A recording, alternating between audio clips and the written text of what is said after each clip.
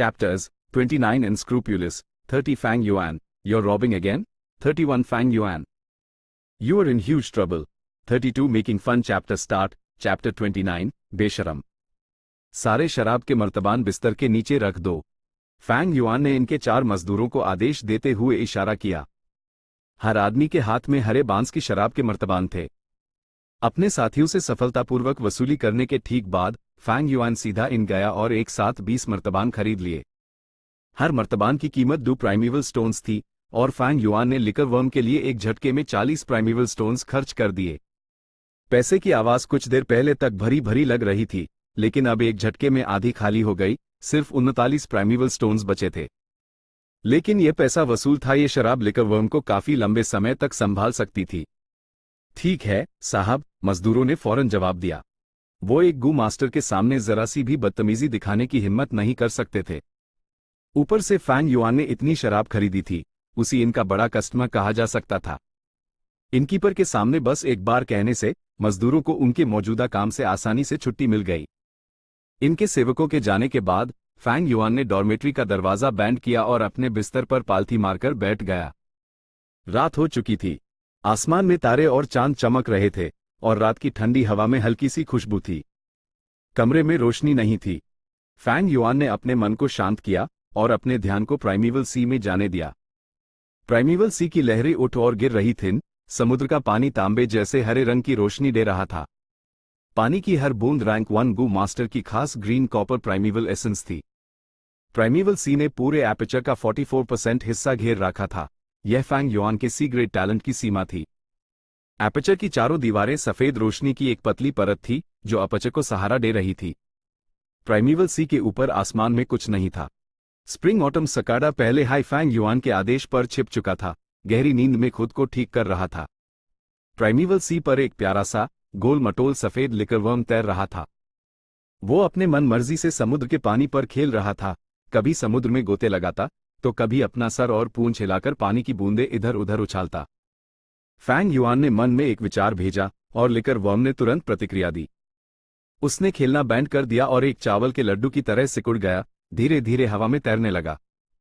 वो अपर्चर के बीच तक उठा और ग्रीन कॉपर सी से बाहर आ गया. जाओ. फैंग युआन ने अपनी प्राइमेवल एसेंस का 10वां हिस्सा इस्तेमाल किया. उसी एक पतली धारा में बदलकर पूरा लिकरवर्म में झोंक दिया. लिकरवर्म पहले ही उसके द्वारा रिफाइन किया जा चुका था, इसलिए इस बार उसने कोई विरोध नहीं किया. उसने प्राइमेवल एसेंस की पूरी धार को अपने अंदर ले लिया और सब कुछ अपने शरीर में सोख लिया. तुरंत समुद्र की सतह थोड़ी नीचे चली गई. सिकुड़े हुए लिकरवर्म ने प्राइमेवल एसेंस को एक चलने वाली शक्ति में बदल दिया और सफेद रोशनी फैलाने लगा. हल्की रोशनी के अंदर शराब की सुगंध वाला एक धुंध धीरे धीरे बनने लगा, जो आखिर में एक हल्के सफेद शराबी धुंध में बदल गया. ये शराबी धुंध कमाल का था. ये बिखरा नहीं, बल्कि लिकरवर्म के चारों ओर लिपट गया. उठो. फैंग युआन ने एक और विचार किया. अपनी प्राइमेवल एसेंस का 10% और ट्रांसफर किया. ग्रीन कॉपर समुद्र का पानी इस शराबी धुंध में डूब गया. जैसे जैसे धुंध पानी में घुलता गया, वो धीरे धीरे कम होता गया और आखिर में उसका कोई निशान नहीं बचा. 10% ग्रीन कॉपर प्राइमेवल एसेंस का भी वॉल्यूम कम हो गया और सिर्फ 5% बचा. लेकिन ये 5% प्राइमेवल एसेंस पहले से भी ज्यादा कंडेंस था. असली प्राइमेवल एसेंस नीले हरे रंग का था, जिससे तांबे जैसी चमक निकलती थी. ए फ्लैट. हालांकि इस नए प्राइमेवल एसेंस में वही तांबे की चमक थी. हरा रंग और गहरा हो गया था. यह हल्का हरा था. हल्के हरे रंग का प्राइमेवल एसेंस सिर्फ रैंक 1 मिडिल स्टेज गू मास्टर के पास ही होता था. लिकरवर्म का काम प्राइमेवल एसेंस को कंडेंस करके उसी एक छोटे रेल्म रैंक तक बढ़ाना था. एक गू मास्टर के 9 बड़े रेल्म होते हैं, सबसे नीचे से रैंक 1, रैंक 2 और इस तरह रैंक 9 तक. हर बड़ा रेल्म 4 छोटे रेल्म्स में बता होता है, जो the initial stage, middle stage, upper stage और पीक स्टेज. फैंग युआन अभी सिर्फ एक रैंक 1 इनिशियल स्टेज गू मास्टर था, लेकिन लिकरवर्म की मदद से उसके पास रैंक 1 मिडिल स्टेज गू मास्टर की 5% प्राइमेवल एसेंस थी. अगर मुझे 5% मिडिल स्टेज प्राइमेवल एसेंस कंडेंस करना है तो मुझे 20% इनिशियल स्टेज प्राइमेवल एसेंस इस्तेमाल करना होगा. मैं अपने पूरे 44% प्राइमेवल सी को मिडिल स्टेज प्राइमेवल एसेंस में बदलना चाहता हूं, तो मुझे लगभग 180% इनिशियल स्टेज प्राइमेवल एसेंस इस्तेमाल करना होगा. इस टारगेट को जल्द से जल्द पूरा करने के लिए मुझे प्राइमेवल स्टोन्स की मदद लेनी पड़ेगी. ये सोचते ही फैंग युआन ने अपनी एड़ू खोली और अपने बाग से एक पूरा प्राइमीवल स्टोन निकाला जो एक बत्तख के अंडे के साइज का था। प्राइमीवल स्टोन एक तरह का अंडाकार पारदर्शी ग्रे पत्थर था। जैसे जैसे उसके अंदर की नेचुरल एसेंस खर्च होती, उसका साइज छोटा होता जाता। उसका दाहिना हाथ धीरे धीरे बैंड हुआ। प्राइमीवल स्टोन उसकी मुट्ठी में कास के पकड़ा हुआ था। वो पत्थर के अंदर की नेचुरल प्राइमीवल एसेंस को सोख रहा था, लगातार अपने अपचर को भर रहा था। उसके अपचर में समुद्र की सतह जो नीचे चली गई थी, धीरे धीरे ऊपर उठने लगी। प्राइमीवल स्टोन इस्तेमाल करने के लिए ही था। फैंग युआन बिल्कुल भी कंजूस नहीं था और वो उसी बचाकर नहीं रखता। मेरे पीछे कोई नहीं है, ना ही मुझे दोस्तों या परिवार का सपोर्ट है, इसलिए मैं सिर्फ वसूली और लूटपाट पर ही निर्भर रह सकता हूं। आज तो सिर्फ पहली बार था, लेकिन इसके बाद हर 7 दिन जब एकेडमी अलाउंस देगी, मेन एकेडमी के गेट पर आके खड़ा हो जाऊंगा। एक बार की लूटपाट से फैंग युआन की भूख कैसे मिट सकती थी? एक गू मास्टर की कल्टीवेशन में प्राइमीवल स्टोन सबसे दुर्लभ चीज थी। अपनी इस लूटपाट के परिणामों के बारे में फैंग युआन को जरा सी भी चिंता नहीं थी। ये दुनिया धरती जैसी नहीं थी। धरती पर स्कूल हमेशा लड़ाई झगड़े को रोकते थे ताकि शांति बनी रहे, लेकिन इस दुनिया में लड़ाई ही मुख्य विषय था। चाहे गू मास्टर हो या आम इंसान, वो जीने के लिए लड़ते थे। कभी कभी ये लड़ाई एक डरावने जंगली जानवर से होती थी, कभी कभी ये लड़ाई बेकाबू मौसम से होती थी, और दूसरी बार ये संसाधनों के लिए दूसरे गू मास्टर से लड़ाई हो सकती थी। इसलिए आम लड़ाई झगड़े को लोग बढ़ावा देते थे। बचपन से बुढ़ापे तक, साधारण मारपीट से लेकर मौत और जिंदगी की लड़ाइयों तक, यहाँ के ज्यादातर इंसानों की जिंदगी का यही चित्र था। इस दुनिया की सतह अनंत थी।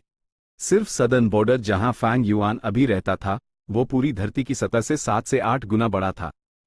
यहाँ जीने का माहौल कठोर और क्रूर था, इसलिए इंसान अक्सर क्लैन के रूप में पहाड़ी गांव बनाते एक साथ छिपकर रहते थे। कभी कभी जानवरों की फौज या शायद बेहद खराब मौसम गांव पर हमला कर देता था। गू मास्टर गांव की रक्षा की मुख्य शक्ति बन जाते थे, और हर साल नुकसान की स्थिति और गंभीर हो जाती थी। जिंदा रहने के लिए मजबूत लड़ने की इच्छा वाले लोग चाहिए। एक क्लैन को लड़ाकू गू मास्टर्स की जरूरत होती है, जितने हो उतने कम हैं। ऊपर से फैंग युआन के हमले एक हद के अंदर थे। उसने कभी निचले जबड़े पर हमला नहीं किया, क्योंकि इससे आसानी से खोपड़ी टूट सकती थी और इंसान की जान जा सकती थी। उसने कभी सर के पीछे भी वार नहीं किया। लड़ते वक्त उसने अपनी मुट्ठी या कहूनी का इस्तेमाल नहीं किया, ना ही उंगलियों से घोंपा, बल्कि अपनी हथेली का इस्तेमाल किया। उसने लात भी गिनती की ही मारी थी। जो स्टूडेंट्स गिरे दी उन्हें गहरी चोट नहीं आई थी, ज्यादा से ज्यादा हल्की चोटें थीं। फैंग युआन खून का प्यासा नहीं था, वो बस मारने को एक जरिया मानता था। हर बार जब वो कुछ करता था, उसका एक साफ लक्ष्य होता था। जो भी तरीका, जो भी उसी अपने लक्ष्य तक सबसे तेजी से पहुंचाता, वो उसका इस्तेमाल करता। दूसरे शब्दों में, वो काम करने में बेशरम था। ... बादल तैर कर आए, चांदनी को ढक लिया। गू यू गांव पर एक साया छा गया। चौकीदार ने अपनी खड़ताल बजाई, लोगों को चेतावनी दी कि गहरी रात हो चुकी है, आग से सावधान, जानवरों के हमले से सतर्क रहो, और साथ आए बाहरी गू मास्टर्स के गांव में घुसने की संभावना से भी। गांव में अभी भी काफी रोशनी थी। ची परिवार के घर में गू यू चीलियन अपने स्टडी रूम में थे, रोशनी जगमगा रही थी। इस बड़े ओहदे वाले बूढ़े आदमी ने नर्म लहजे में बात की, सहानुभूति जताते हुए अपने पोते गू यू ची चेंग से पूछा, सुना है आज उस फैंग युआन ने तुम्हें पीटा? गू यू ची चेंग की दाई आंख काली हो गई थी, और उसने गुस्से से कहा, हाँ दादाजी। वो फैंग युआन बस एक मामूली सी ग्रेड का है, फिर भी इतना घमंड दिखाने की हिम्मत की। उसने हम सबको दरवाजे पर रोक लिया, अपने क्लासमेट की दोस्ती की भी परवाह नहीं की, और हमसे हमारे प्राइमीवल स्टोन्स छीन लिए। और तो और, अकेडमी ने भी इस मामले पर एनी मून ली। जब फैंग युआन चला गया तब जाकर गार्ड्स दौड़ कर आए। दादाजी, इस बार आपको मेरा ये गुस्सा शांत करने में मदद करनी ही होगी। इसके बजाय गू यू चीलियान ने अपना सर हिलाया। ये तुम्हारे और तुम्हारे जूनियर्स के बीच का मामला है। तुमसे एक प्राइमीवल स्टोन जबरदस्ती ले लिया गया, और तुम्हें कोई गहरी चोट नहीं आई। दादाजी बिना किसी जायज वजह के कुछ नहीं कर सकते। अगर तुम्हें गहरी चोट भी आई होती, तो भी मैं तुम्हारे लिए खड़ा नहीं होता, समझे क्यों? गू यू ची चेंग हैरान रह गया। उसने सोचने की कोशिश की, और काफी देर बाद उसने हिचकिचाते हुए कहा, दादाजी, शायद मैं आपका मतलब समझ गया। आप चाहते हैं कि मैं अपनी ताकत पर भरोसा करके अपना रास्ता खुद बनाऊं, है ना? तुमने सिर्फ एक पहलू समझा। गू यू चीलियान ने सर हिलाया और कहा, तुम्हें याद रखना चाहिए, तुम सिर्फ एक व्यक्ति नहीं हो, बल्कि तुम हमारे ची परिवार की शाखा का चेहरा हो। कई सालों से हम वो परिवार की शाखा का सामना कर रहे हैं और तुम्हारा हर कदम ची परिवार के भविष्य की उम्मीद का प्रतिनिधित्व करेगा। दादाजी छिपकर तुम्हारी मदद कर सकते हैं, लेकिन तुम्हें खड़ा होकर एक आत्मनिर्भर और मजबूत छवि बनानी होगी। वरना जो एल्डर्स हमारे परिवार को सपोर्ट कर रहे हैं वो हमारे भविष्य में उम्मीद नहीं देखेंगे और वो ची परिवार को छोड़ देंगे। ये कहते हुए गु यू चिलियान ने एक गहरी सांस ली। यही वजह है कि दादाजी ने धोखा देने में तुम्हारी मदद की और तुम्हें भी ग्रेट टैलेंट होने का नाटक करने दिया। हमारे ची परिवार को एक मजबूत उत्तराधिकारी की जरूरत है ताकि हम अपने समर्थकों को अपने साथ रख सकें। गु यू ची चेंग को तब जाकर बात समझ आई। दादाजी, मैं अब समझ गया। गु यू चिलियान ने साह हिलाया। सिर्फ समझने से कुछ नहीं होगा, तुम्हें मेहनत करनी होगी। फैंग युआन तो एक छोटी सी परेशानी है। आगे तुम्हें अपनी बेसिक मार्शल आर्ट्स पर खूब पढ़ाई और ट्रेनिंग करनी है और अपनी इज्जत वापस पानी है। साथ हाई कल्टिवेशन पर मेहनत करना मत भूलना। जल्द से जल्द मिडिल स्टेज तक पहुंचो। सबसे अच्छा ये होगा कि तुम क्लास मॉनिटर का पैड जीत लो। ये एक बड़ा सम्मान होगा और हमारे ची परिवार के लिए एक तरह की मदद होगी। ठीक है दादाजी, गु यू ची चेंग ने जोर से जवाब दिया। है, ये जज्बा हमारे ची शाखा के वारिस में होना चाहिए। पोटे, तुम्हें मेहनत करनी होगी। मैं तुम्हारी मदद करने की पूरी कोशिश करूंगा। चैप्टर 30 फैंग युआन, तू फिर से वसूली कर रहा है? लगभग उसी पाल एक दूसरी जगह। आदरणीय पिताजी और माताजी, बस यही सब हुआ था। फैंग जेंग सीधा खड़ा था, उसका लहजा सम्मानपूर्ण और सावधान था। हॉल में फैंग युआन के चाचा गु यू डोंगतू और उसकी चाची अपनी चौड़ी पीठ वाली बड़ी कुर्सियों पर चिंतित बैठे थे। चाची दांत पीस रही थी। फैंग जेंग के लिए बुरा महसूस करते हुए और साथ आए इस मामले पर खुश होते हुए उसने कहा, फैंग युआन, वो बदबख्त लड़का, दूसरों से वसूली करना एक बात है, लेकिन उसने अपने सगे छोटे भाई को भी नहीं छोड़ा। कितना बेदर्द और बेहिस है। लेकिन इस बार इतने बड़े जुर्म के बाद मुझे लगता है यूएसईवाई जल्द हाई एकेडमी से निकाल दिया जाएगा। बस करो, तुम कम बोला करो। चाचा ने गहरी सांस ली और फैंग जेंग से कहा, तुमने सिर्फ एक प्राइमेवल स्टोन खोया है, चिंता मत करो। खजाने में जाकर एक स्टोन ले आओ, यहां अब तुम्हारा कोई काम नहीं है। तुम्हें जाकर कल्टीवेशन में मेहनत करनी चाहिए। तुम्हारे ग्रेट टैलेंट के साथ पहला मिडिल स्टेज गु मास्टर बनना एक बड़ी संभावना है। स्वर्ग ने जो तुम्हें टैलेंट दिया है उसी बर्बाद मत करना। तुम्हारी माँ और मैं तुम्हें नंबर 1 बनते देखना चाहते हैं। जी पिताजी और माताजी, आपका बेटा इजाजत लेता है। फैंग जेंग दिल में घबराहट लिए वहां से चला गया। उसने मन ही मन सोचा, बड़े भैया ने आज एकेडमी के गेट पर सभी स्टूडेंट्स को लूट लिया। उन्होंने इतना बुरा कांड किया है, मुझे डर है कि शायद उन्हें सच में निकाल दिया जाए। अगर ऐसा हुआ तो क्या मुझे उनके लिए सिफारिश करनी चाहिए? उसके दिमाग में 2 आवाजें आईं। एक आवाज ने कहा, उसके लिए सिफारिश करने की कोई जरूरत नहीं, उसने तुम्हारा प्राइमेवल स्टोन भी छीन लिया जबकि तुम उसके सगे छोटे भाई थे। अगर उसी निकाल भी दिया गया तो ये उसकी अपनी गलती थी। अगर स्वर्ग पाप करे तो माफ किया जा सकता है, लेकिन अगर इंसान खुद पाप करे तो वो मरने के ही लायक है। दूसरी आवाज ने कहा, लेकिन वो तुम्हारा अपना बड़ा भाई है, उसकी शक्ल तुमसे मिलती है, खून का रिश्ता पानी से गाढ़ा होता है। ठीक है, भले ही तुम उसी ना मानो, तुम्हें फिर भी उसके लिए सिफारिश करनी चाहिए।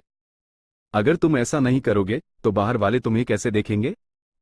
मुझे डर है कि वो तुम्हें एक बेदर्द और एहसान फरामोश इंसान समझेंगे। फैंग जेंग को हॉल से जाते देख चाची खुशी से खुद को रोक ना सकी और बोली, स्वामी, हमने फैंग युआन के जीने के खर्चे बैंड कर दिए। आखिरकार इस छोटे बदमाश से रहा नहीं गया और उसने एक बड़ी गलती कर दी। एकेडमी के गेट को ब्लॉक करने और सरेआम लड़ने की हिम्मत की। वसूली का तो जिक्र ही मत करो, यह एकेडमी एल्डर को उकसाने के बराबर है। मैं दावे से कह सकती हूं कि उसके निकाले जाने का समय बहुत करीब है। लेकिन चाचा ने सर हिलाया। तुम चीजों को बहुत सरल समझती हो। फैंग युआन को नहीं निकाला जाएगा, बल्कि हो सकता है कोई सजा भी ना मिले। क्यों? चाची हैरान थी। चाचा ने नाक से आवाज निकाली। जब तक कोई गंभीर परिणाम ना हो, मारपीट और झगड़ों को बढ़ावा दिया जाता है। क्या इस लड़ाई में कोई स्टूडेंट मारा? नहीं। चाची ने मानने से इनकार कर दिया। स्वामी, आपको कैसे पता कि कोई जख्मी नहीं हुआ? लड़ाई में हमेशा हादसे होते रहते हैं। चाचा ने अपनी एड़ बैंड कर ली, कुर्सी की पीठ पर टिककर। औरत, तुम सच में बहुत भोली हो। क्या तुम सच में सोचती हो कि एकेडमी एल्डर बस दिखावे के लिए है? गार्ड्स ने कब हरकत की? वो आखिरी पाल में बाहर आए, इसका मतलब है कि पूरा सीन कंट्रोल में था। अगर कोई गंभीर रूप से घायल हुआ होता तो वो बहुत पहले ही दौड़ कर आ जाते, आखिरी पलों में नहीं। तुम गो मास्टर नहीं हो, इसलिए तुम नहीं समझोगी। एकेडमी स्टूडेंट्स के बीच झगड़ों को नहीं रोकती, बल्कि वो इसके प्रति एक प्रोत्साहन वाला रवैया रखती है। जितने ज्यादा झगड़े होंगे उतना ही लड़ाइयों के लिए मददगार होगा। कुछ स्टूडेंट्स तो लड़ाई से मजबूत रिश्ते भी बना लेते हैं। एल्डर्स इस मामले की जांच नहीं करेंगे। ये एक मामूली बात है। अगर कोई अपने बच्चों के लिए कुछ करना चाहेगा तो वो नियमों को तोड़ेगा।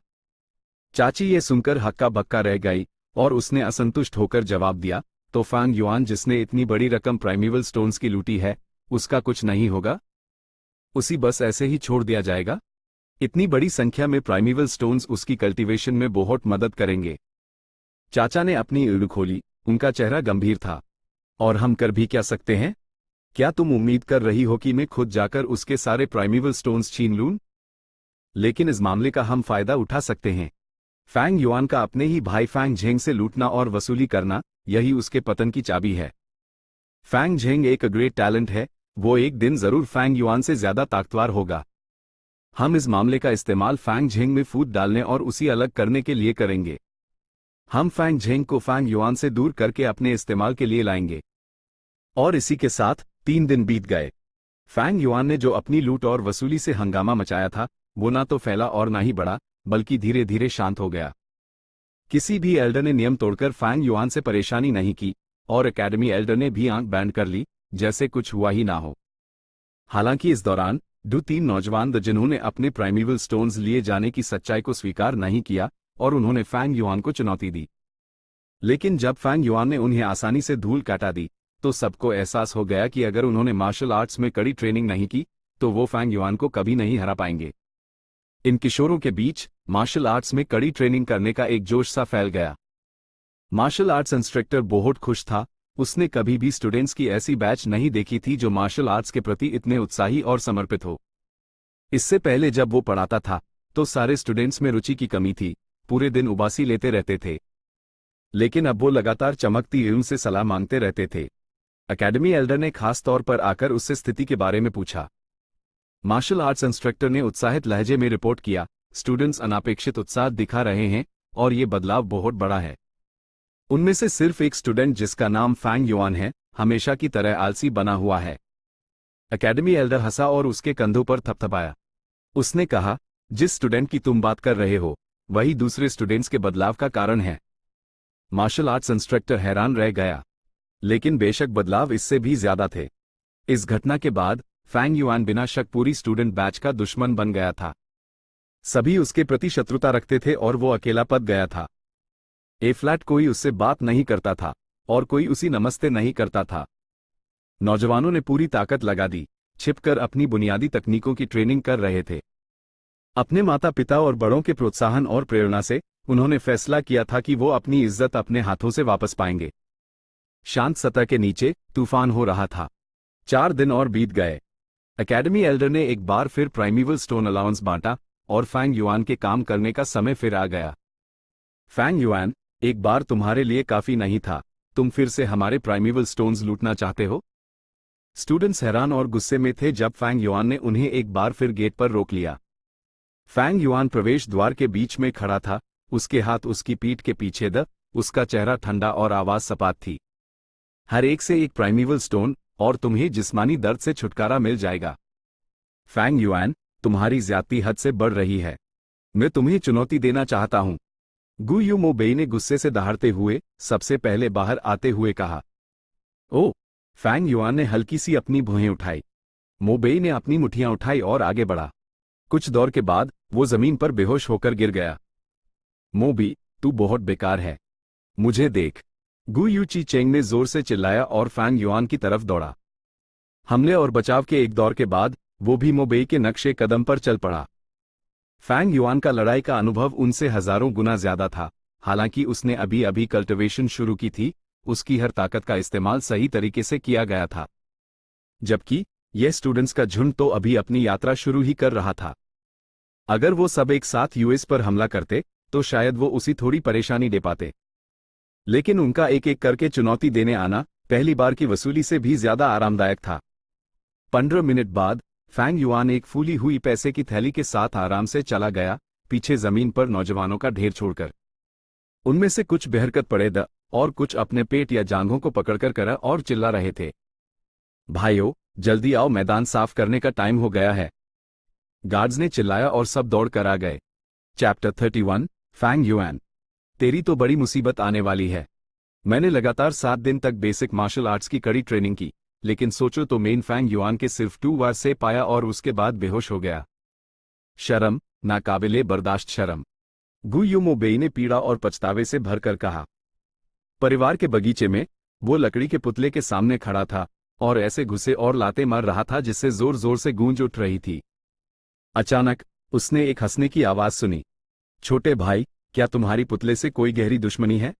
इतना गुस्सा क्यों? ये जानी पहचानी आवाज सुनकर गु युमोबी शांत हो गया और उसने अपने हमले रोक दिए। उसने अपना सर घुमाया। दीदी, आप वापस आ गईं। हाँ, फैमिली काउंसिल ने मुझे एक जांच पड़ताल के मिशन पर भेजा था जो 10 दिन से ज्यादा चला। गु युमोयान ने हेस्ट हुए जवाब दिया। वो मोबेई की सगी बहन थी, एक रैंक 2 मिडिल स्टेज गु मास्टर। लेकिन जल्द ही उसका चेहरा गंभीर हो गया, उसकी तेज निगाहें मोबेई पर टिकी हुई थी। भाई, तुम्हारे चेहरे पर ये चोट के निशान कैसे हैं? किसने तुम पर हाथ उठाया? अरे, कुछ नहीं, मैं गलती से फिसल कर गिर गया था। मोबेई के चेहरे पर एक पाल के लिए घबराहट चमकी जब उसने एक बहाना बनाया। वो नहीं चाहता था कि उसकी बहन को ऐसी शर्मिंदगी भरी घटना के बारे में पता चले। सच ये था कि मो परिवार का भविष्य का वारिस और परिवार के मुखिया गु युमो चेन का लाडला पोता लगातार 2 बार लड़ाई में बेहोश हो गया था। लेकिन खुशकिस्मती ये थी कि वो अकेला बदनसीब नहीं था, बाकियों के साथ भी यही हुआ था। ओह, तो तुम्हें ज्यादा सावधान रहना चाहिए। और तुम्हारी कॉम्बैट ट्रेनिंग के लिए ये ठीक नहीं है। तुम्हारे पास अभी कोई गु नहीं है जो तुम्हारी रक्षा बढ़ाए, इसलिए खुद को मोटे तौलियों से ढको। ये तुम्हारे हाथ पैरों को चोट लगने से बचाएगा। गु युमोयान ने जाने से पहले हिदायत दी। नमस्ते, छोटी मिस। गुड मॉर्निंग, छोटी मिस। छोटी मिस वापस आ गईं।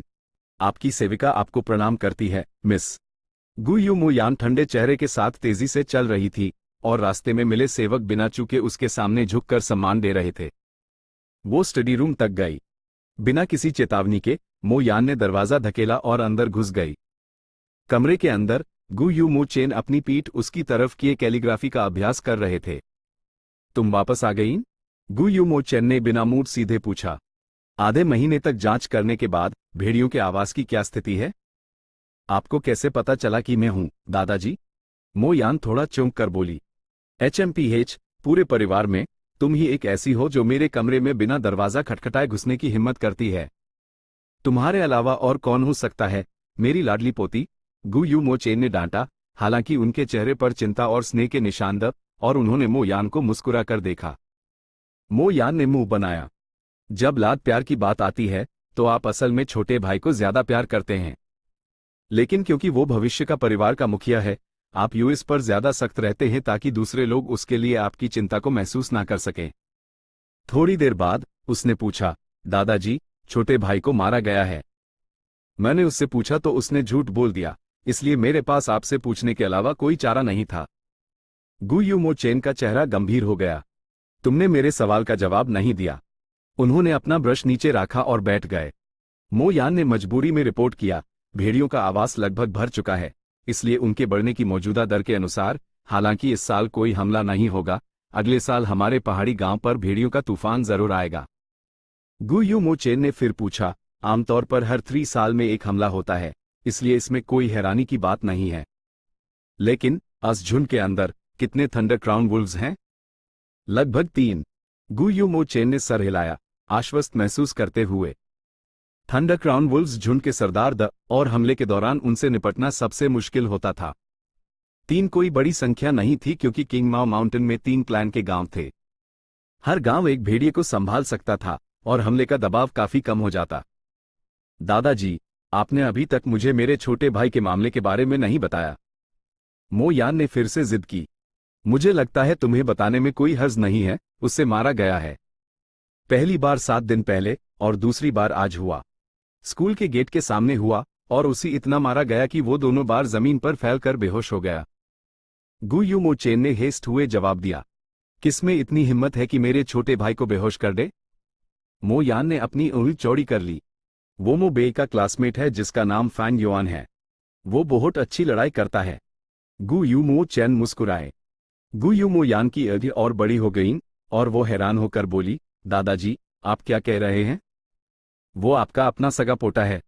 गु यू मो चेन ने अपनी पोती को गहरी निगाहों से देखा और अर्थपूर्ण तरीके से कहा, मो यान मेरी प्यारी, तुम एक लड़की हो इसलिए शायद तुम नहीं समझोगी। हार और बेइज्जती सिर्फ सुधार के लिए ईंधन का काम करती है। बिना असफलता के कोई कभी एक सच्चे, परिपक्व आदमी में विकसित और बढ़ नहीं सकता। मो भी हार गया और ये उसकी अपनी असफलता है। जब वो होश में आएगा, वो टीचर से लड़ने की तकनीकों के बारे में पूछेगा। ये एक तरह का सुधार है और ये सुधार फैंग युआन से आता है, जिसने उसी मार कर एहसास दिलाया। उसकी बहन होने के नाते, अगर तुम सच में अपने भाई की परवाह करती हो और उसकी रक्षा करना चाहती हो, तो तुम्हें उसके विकास में दखल नहीं देना चाहिए। फैंग युआन सी ग्रेट टैलेंट वाला एक लड़का है जबकि मो बेई के पास भी ग्रेट टैलेंट है। हमारे सपोर्ट से वो फैंग युआन को कुचलकर उसी जमीन में गाड़ देगा। ये दुश्मन मो बेई के लिए छोड़ दो। एक औरत की जिंदगी में उसी एक परिवार और एक प्रेमी की जरूरत होती है। लेकिन एक आदमी के लिए परिवार जरूरी नहीं है, लेकिन जिस चीज की कमी नहीं हो सकती, वो है एक प्रतिद्वंदी। फैंग युआन से उलझने मत जाना, सुन रही हो? ये नौजवानों के बीच का मामला है।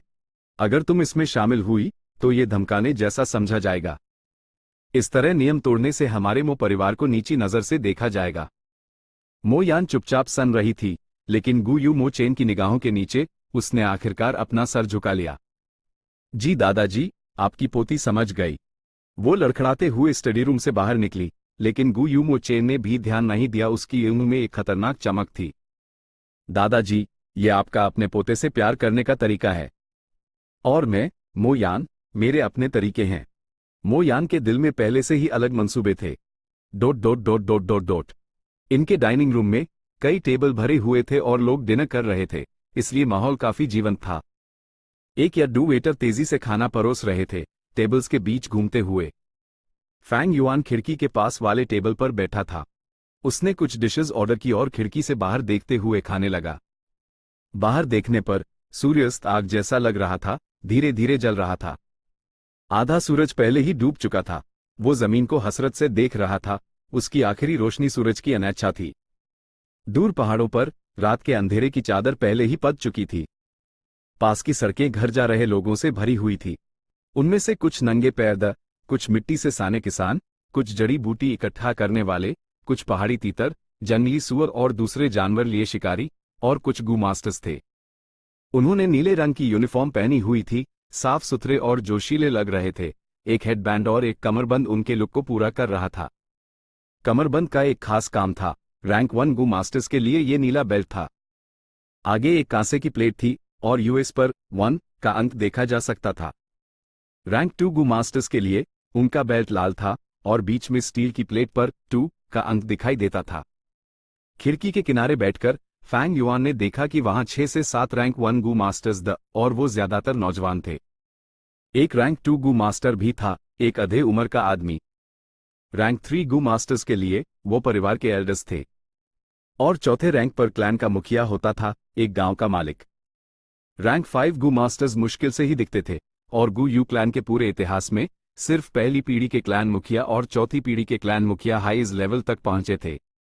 असल में एक क्लैन की ताकत का पता लगाना बहुत आसान है। बस गांव में एक जगह ढूंढो, बैठ जाओ और कुछ घंटों तक लोगों को देखो कि कितने रैंक 1 और रैंक 2 गू मास्टर्स हैं और तुम्हें क्लैन की ताकत और दौलत का अंदाजा हो जाएगा। फैंग युआन ने अपने 500 साल के जमा किए ज्ञान से ये निष्कर्ष निकाला। गू यू गांव का उदाहरण लें। सड़कों पर लगभग 20 लोग चल रहे थे और 6 गू मास्टर्स थे। इन 6 में एक रैंक 2 गू मास्टर होने की 50% संभावना थी। इस ताकत और पूंजी के साथ गू यू क्लैन ने किंग माओ माउंटेन में सबसे अच्छी संसाधन वाली जगहों में से एक पर एकाधिकार जमा रखा था। लेकिन पहाड़ पूरे सदर्न बॉर्डर के इलाके का बस एक छोटा सा कोना था। गू यू क्लैन को सिर्फ एक मिडिल लो टियर का क्लैन माना जा सकता था। मैंने अभी अभी अपनी कल्टिवेशन शुरू की है और रैंक 1 इनिशियल स्टेज के साथ मेरे पास सदर्न बॉर्डर में घूमने की योग्यता भी नहीं है। मुझे दुनिया में आगे बढ़ने के लिए कम से कम रैंक 3 कल्टिवेशन की जरूरत है। फैंग युआन ने अपना डिनर करते हुए आभारी किंग माओ माउंटेन बहुत छोटा था, वो उसकी महत्वाकांक्षाओं को समा नहीं सकता था और उसने वहां से जाने का पक्का इरादा कर लिया था।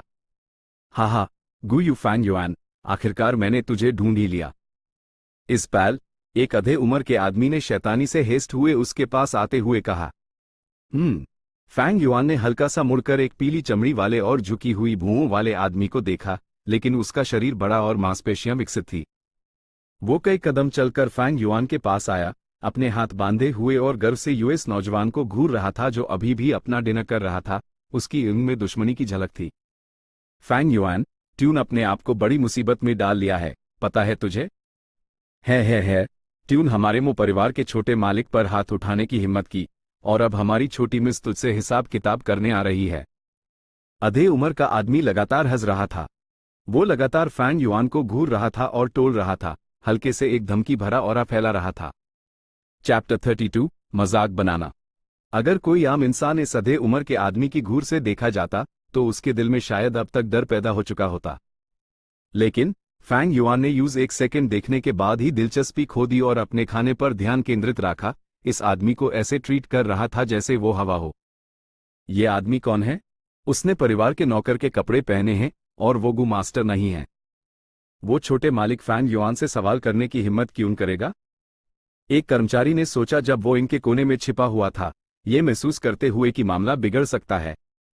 HMPH, यह तो शेर की खाल में गिदाद है। मो परिवार का सहारा लेकर ये नौकर एक गू मास्टर पर चिल्लाने की हिम्मत कर रहा है। अगर कोई और आम इंसान होता तो उसमें यह हिम्मत नहीं होती, कर्मचारी के पास खड़े किसी ने नफरत से जवाब दिया। फिर भी एक आम इंसान होकर उसमें एक गू मास्टर के सामने हंगामा करने की हिम्मत है। TSK, इस तरह का अनुभव जरूर बहुत अच्छा लगता होगा। TCH, तुम ये मत सोचो कि एक गू मास्टर हमेशा ऊंचा और महान होता है।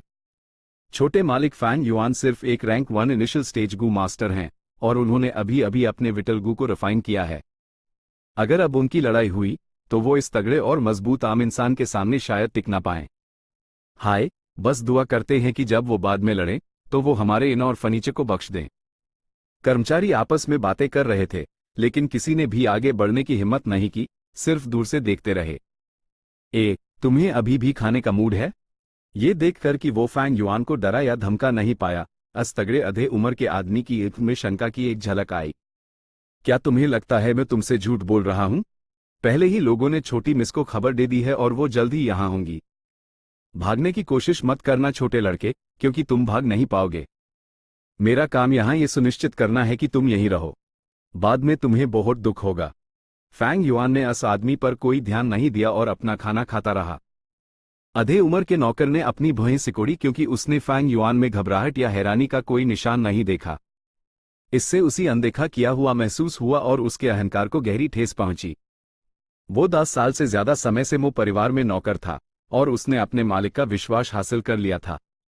लंबे समय तक वो स्वाभाविक रूप से गू मास्टर्स के बारे में जानकारी हासिल कर लेता था। रैंक 1 गू मास्टर्स ZYA डिटार अपने शारीरिक युद्ध कौशल पर निर्भर करते थे। लड़ाई में एक गू वर्म की कीमत एक लड़ने वाली शक्ति से ज्यादा एक धमकी के रूप में होती थी। वो खास तौर पर जानता था कि फैंग युआन जैसे एक युवा गू मास्टर जिसने अभी अभी कल्टिवेशन शुरू की थी, उसकी शारीरिक शक्ति एक बड़े आदमी की तुलना में काफी कम थी। अगर हाथापाई की नौबत आई तो वो जिसने कई सालों तक ट्रेनिंग की थी उसी फायदा होगा। साथ ही फैंग युआन ने सपोजिटली सिर्फ मूनलाइट गू को रिफाइन किया था, इसलिए ज्यादा से ज्यादा वो सिर्फ कुछ मूनब्लेड्स चला पाएगा। आधे उम्र का आदमी लंबे समय से एक स्पारिंग पार्टनर के रूप में इस्तेमाल किया जाता था, इसलिए वो गहरी से जानता था कि अगर एक रैंक 1 इनिशियल स्टेज गू मास्टर अपनी प्राइमेवल एसेंस का इस्तेमाल मूनब्लेड चलाने के लिए करे तो ज्यादा से ज्यादा वो कुछ हथेली के साइज के GHAAV कर सकता है, और अगर वो इंसानी शरीर पर लग गया तो सीमित नुकसान पहुंचा सकता है। इसके अलावा उस आदमी के पीछे मो परिवार का हाथ था, इसलिए जब उसने फैंग युआन का सामना किया तो उसी कोई डर नहीं था और वो पूरे दिल से अपने मालिक को अपनी कीमत दिखाने की कोशिश कर रहा था ताकि उसी इनाम मिल सके और परिवार के लिए और उपयोगी समझा जाए। छोटे लड़के, तुम में काफी हिम्मत है, हाँ? आधे उम्र के आदमी का लहजा अब दोस्ताना नहीं रहा। उसने अपनी आस्तीन ऊपर चढ़ाए, अपनी अच्छी तरह से बनी हुई और मांसल बाहें दिखाते हुए। उसकी दोनों बाहें बड़ी और निशानों से भरी हुई थीं। बाहों पर मोती उभरी हुई नसें थीं और वो फैंग युआन के पैरों से भी मोती थीं। इनके कर्मचारी डर से देख रहे थे और कई ग्राहक पहले ही उठ रहे थे, बिल चुकाकर इस झगड़े की जगह से जा रहे थे। फैंग युआन मिल गया। अचानक दरवाजे से एक गर्भ भरी ऊंची महिला आवाज आई। मो यान बड़े बड़े कदमों से आगे बढ़ी और इनमें दाखिल हुई। उसके पीछे कई परिवार के नौकर थे। उसका शरीर ठीक ठाक था, थोड़ी लंबी और सही कर्व्स थे, लेकिन घोड़े जैसा लंबा चेहरा। मो खानदान से मिली एक विरासत उसकी सुंदरता को काफी प्रभावित करती थी और इसलिए वो सिर्फ एक मिडिल अपर टियर की सुंदरी थी। हालांकि उसने गहरे नीले रंग की यूनिफॉर्म पहनी हुई थी और एक लाल बेल्ट, जिस पर एक चौकोर स्टील की प्लेट लगी हुई थी, उसकी कमर के चारों ओर बांधी हुई थी। स्टील की प्लेट पर 2 खुदा हुआ था। इसके अलावा वो अभी अभी एक क्लैन मिशन के बाद वापस आई थी, इसलिए अभी भी यूएस पर हाल ही में झेली गई कठिनाइयों के निशान थे। ये सब मिलकर एक दबाव और खतरे का माहौल बना रहे थे जो उसके आसपास फैल रहा था। इसलिए जैसे ही उसने इनमें कदम रखा, पूरी जगह उसके ऑरा के नीचे शांत हो गई। आपका सेवक आपको प्रणाम करता है, छोटी मिस। आधे उम्र के आदमी ने मो यान को देखते ही अपना रवैया पूरी तरह बदल लिया। उसने आकर्षक ढंग से मुस्कुराने की कोशिश की और अपना शरीर झुकाकर कुछ कदम चला और जमीन पर घुटनों के बाल बैठकर मो यान को प्रणाम किया। इस रवैये में बदलाव देखकर इनके कर्मचारी सिर्फ हैरान होकर अपने खुले मुंह से देखते रहे। लंबा और तगड़ा शरीर उसके विनम्र गिड़गिड़ाने वाले रवैये के विपरीत एक बड़ा बेमेल था और देखने में मजेदार लग रहा था। लेकिन इनके कर्मचारियों ने हंसी नहीं, क्योंकि उसका व्यवहार मो यान के प्रभावशाली दबाव और दर्जे को ही बढ़ा रहा था। कुछ इनके कर्मचारी फैंग युआन के लिए चिंता करने से खुद को रोक नहीं पाए, क्योंकि वो उनका बड़ा ग्राहक था। अगर उसके साथ कुछ हो जाता और वो आगे इनमें नहीं आ पाता तो ये एक बड़ा नुकसान होता। उनमें से ज्यादातर चुपके से दुआ कर रहे थे कि फैंग युआन हार मान ले। अगर सच में लड़ाई शुरू हो गई और इनकी संपत्ति बर्बाद हो गई तो वो और भी बुरा होगा। मो यान ने गिड़गिड़ाने वाले गाओ वान पर एक नजर भी नहीं डाली। उसकी इन फैंग युआन पर टिकी हुई थी। उसने कुछ कदम आगे बढ़ाए और तेज आवाज में पूछा, तो तुम हो फैंग युआन? लगता है तुम बड़ा अच्छा खाना खा रहे हो। ही, क्या तुमने कभी घुसो का नाश्ता किया है? मैं तुम्हें उसका स्वाद चखवाती हूं, शायद वो इससे भी ज्यादा लजीज हो। भले ही उसने ऐसा कहा, मो यान ने कोई हरकत नहीं की। फैंग युआन की हरकतें बहुत शांत थीं। ये अजीब था। क्या उसके पीछे कोई गुप्त सहायक थे जो उसकी रक्षा कर रहे थे? लेकिन ऐसा नहीं होना चाहिए। मैं आने से पहले जांच कर चुकी हूं। इस फैंग युआन के पास सिर्फ एक चाचा और चाची हैं जो उससे नफरत करते हैं, जबकि उसके माँ बाप दोनों मर चुके हैं और उसके चाचा और चाची ने घर से भी निकाल दिया है। इसके अलावा उसके पास सिर्फ सी रैंक टैलेंट है, तो ऐसे कमजोर युवा के पीछे किस तरह का बैकग्राउंड हो सकता है? मो यान ने अपने मन में सोचा। चाहे जो भी हो, स्थिति अभी भी बहुत अजीब थी। उसी और जांच पड़ताल करनी थी। फैंग युआन हंसा और मो यान पर तिरछी नजर डालते हुए बोला, तुम्हें किसने बताया कि मैं गुयू फैंग युआन हूं? मो यान एक पल के लिए हैरान रह गई, फिर उसने गाओ वान की तरफ देखा। वो अभी अभी खड़ा हुआ था, लेकिन ये देखकर वो तुरंत अपने माथे से पसीना पोंछते हुए वापस घुटनों के बाल बैठ गया। वो हकलाया और ठीक से जवाब नहीं दे पाया, मालकिन, आपका सेवक, आपका सेवक। उनके पास फैंग युआन का एक चित्र था, लेकिन वो नहीं जानते थे कि फैंग युआन और फैंग झेंग जुड़वा थे जो लगभग एक जैसे दिखते थे। तभी तो ये लड़का डर नहीं रहा था। यह असल में फैंग झेंग है, फैंग युआन नहीं। मो यान के नौकर मन ही मन सोचने लगे। फैंग युआन की तुलना फैंग झेंग से नहीं की जा सकती। पहला सिर्फ एक सी रैंक्ड अकेला लड़का है जिसका कोई बैकग्राउंड नहीं है, जबकि दूसरे के पास रैंक्ड टैलेंट है और यूएसईवाई अवेकनिंग सेरेमनी में हाई क्लैन हेड के गुट में शामिल कर लिया गया था, और जब तक वो ठीक से बढ़ता है उसका भविष्य उज्जवल है। मो यान को गाओ वान से ठीक से जवाब नहीं मिला, जिससे वो और भी ज्यादा हिचकिचाने लगी। इस समय जो लोग फैंग युआन की पहचान जानते थे वो सिर्फ इनके कर्मचारी थे, लेकिन वो दोनों में से किसी को भी नाराज नहीं कर सकते थे, इसलिए उन्होंने अपना मुंह बंद रखा। फैंग युआन का पेट भर गया था। वो उठा और मो यान पर हल्की सी नजर डाली। तुम्हें फैंग युआन को ढूंढना है? मेरे साथ आओ, मैं तुम्हें उसी ढूंढने के लिए स्कूल हॉस्टल ले चलता हूं।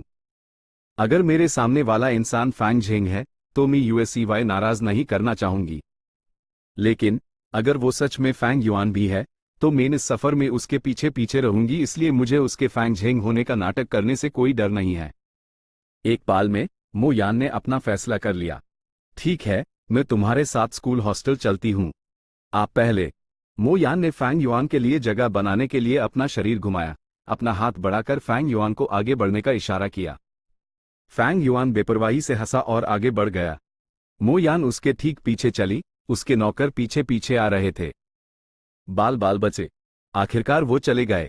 फ्लैट अगर वो लड़ेंगे भी, तो इससे हमारे इनका कोई लेना देना नहीं है। पीछे छूटे हुए कर्मचारियों ने सबने राहत की सांस ली और अपनी छाती थपथपाई। एक लोगों का समूह स्कूल हॉस्टल के पास पहुंचा। रुको, वहीं रुक जाओ, स्कूल हॉस्टल में सिर्फ हमारे क्लैन के गू मास्टर्स को अंदर आने और जाने की इजाजत है। दरवाजे पर खड़े डू गार्ड्स ने फैंग युआन, मो यान और उसके गिरोह को रोक दिया।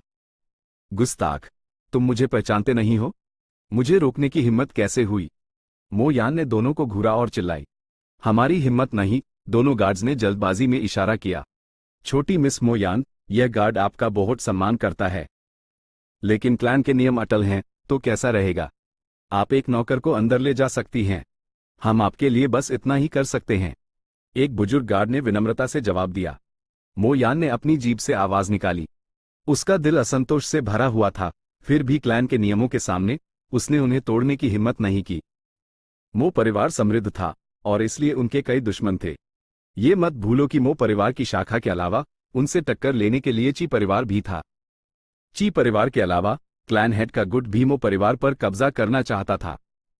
तुम सब पीछे रहो, गाओ वैन मेरे साथ आएगा। ये सोचकर मो यान ने आदेश दिया।